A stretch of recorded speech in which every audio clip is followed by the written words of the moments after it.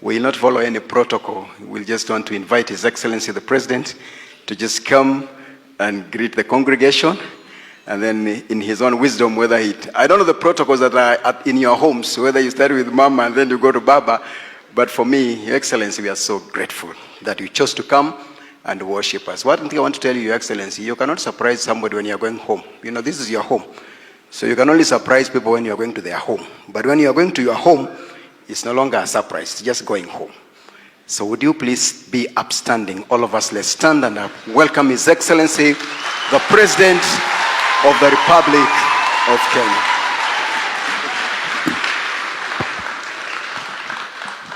Good morning, church. Bwana Yesu asifiwe. So we can sing that song, Bwana u sehemu yangu ama?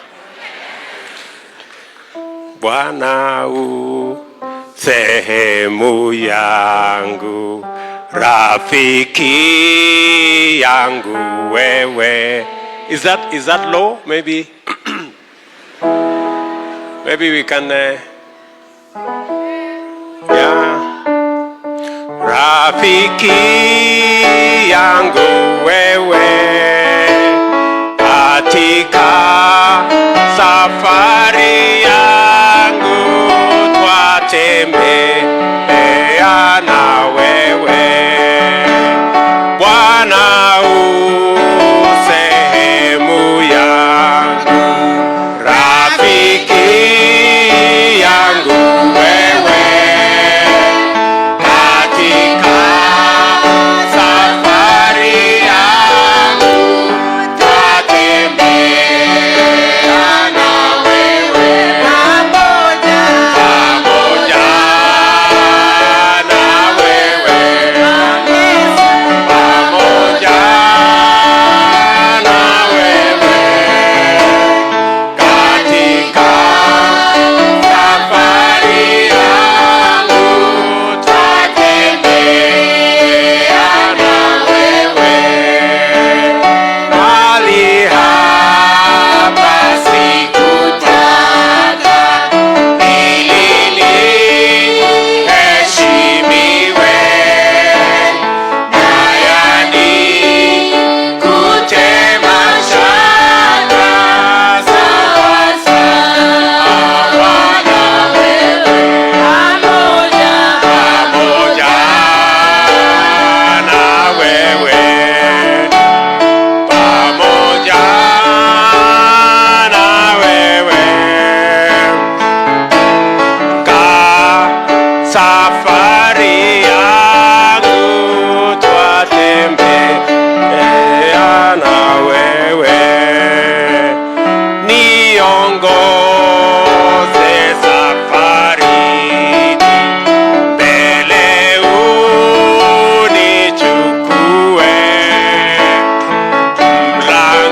mlangoni mwa mbinguni niingie na wewe. Pamoja na wewe, pamoja na wewe,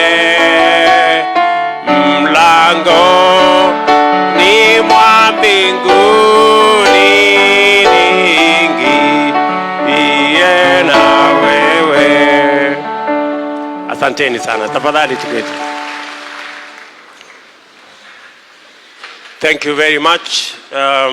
It's indeed a pleasure to be back home in my hometown and village. Asanteni sana kwa kunikaribisha nyumbani. I was meant to come to the 10:30 service, but I received instructions from Pastor Nganga and he said I should come for this service. So that's why I came a bit late. And Pastor Nganga here keeps giving me instructions. He doesn't know nowadays I'm a big man. So he keeps telling me, no. I have said you come for this other service. But it's always good to be in your hometown, in your village. And thank you very much for all that you're doing. Thank you for praying for our country.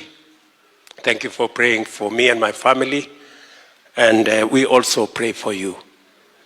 Asanteni sana kwa kutuombea. Let me also take this opportunity to thank you very much for the last election. I know it was a difficult time for all of us as a country, but God saw us through. And I want to tell you as a church, thank you very much for praying for the elections. We had the best elections ever, acclaimed by all the people who participated in the elections, the observers who participated in the elections. These were the most credible elections ever held in Kenya. And we want to thank God for that season. Let me also thank you for praying for the government of Kenya and all the people who work with me and all the counties and everybody else. I remind you the words of that were read to us by Pastor Samuel in Galatians 6:9. Do not tire of doing good, for in due season you will reap a reward. So mwendelee kufanya kazi hiyo nzuri ya kuombea taifa letu la Kenya na kuombea mambo yote ambayo tunayahitaji kama taifa na marafiki zetu wale wengine wote.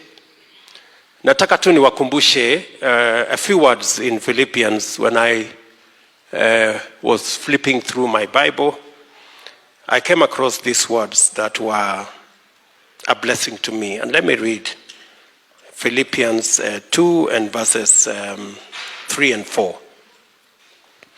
Let nothing be done through selfish ambition or conceit, but in lowliness of mind, let each esteem others better than himself.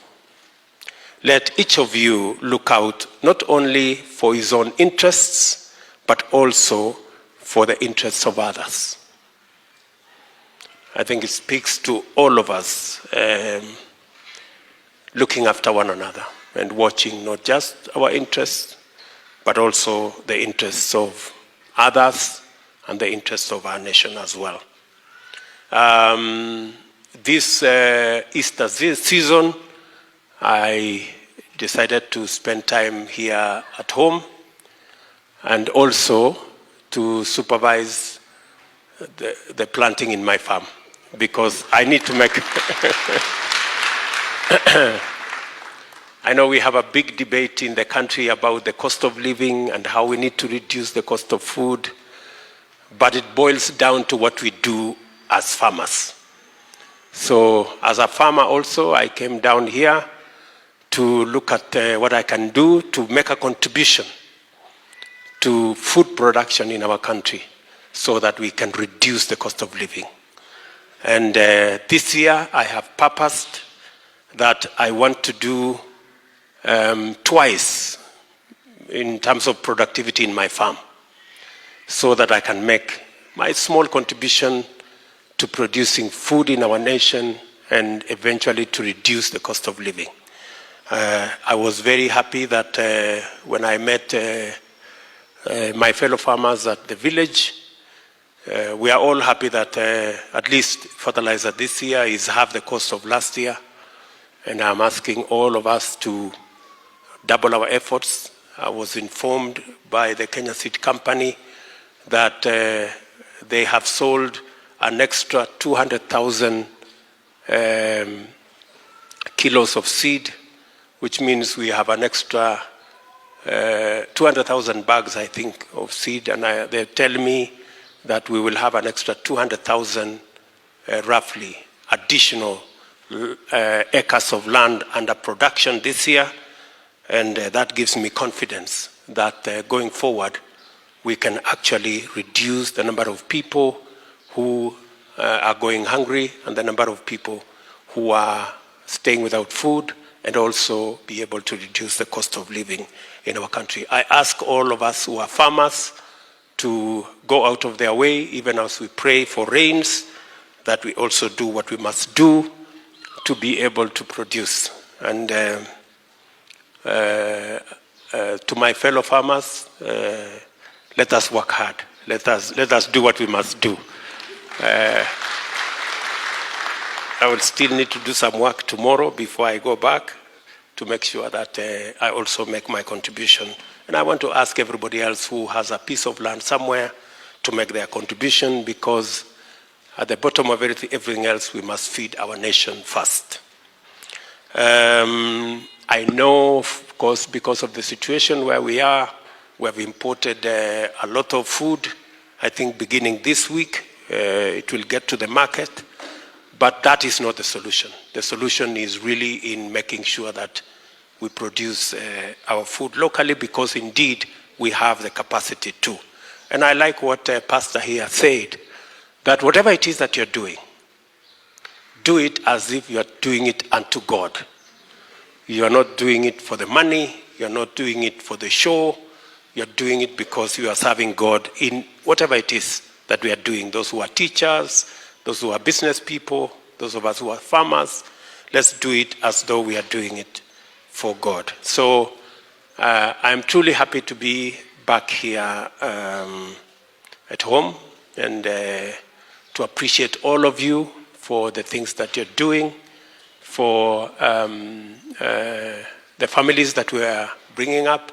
Just to mention to all of us again who are parents, we have a serious crisis of drug abuse in our nation.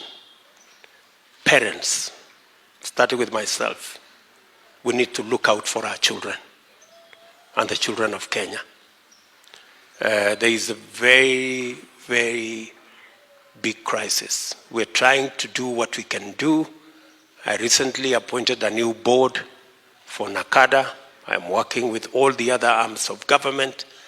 But even as we do that at the government level, we must have a combined effort from the families so that we can meet somewhere halfway and make sure that we secure, protect our children, and protect our nation from the dangers and the real threat of drug abuse in our nation. So again, to all of you who are parents, let's all work together towards making sure that we are responsible for our children and we are responsible for our nation. Sitaki kusema kuzidi hapo, nimefurahi sana, nawatakia Pasaka njema wakati huu, na niko area. So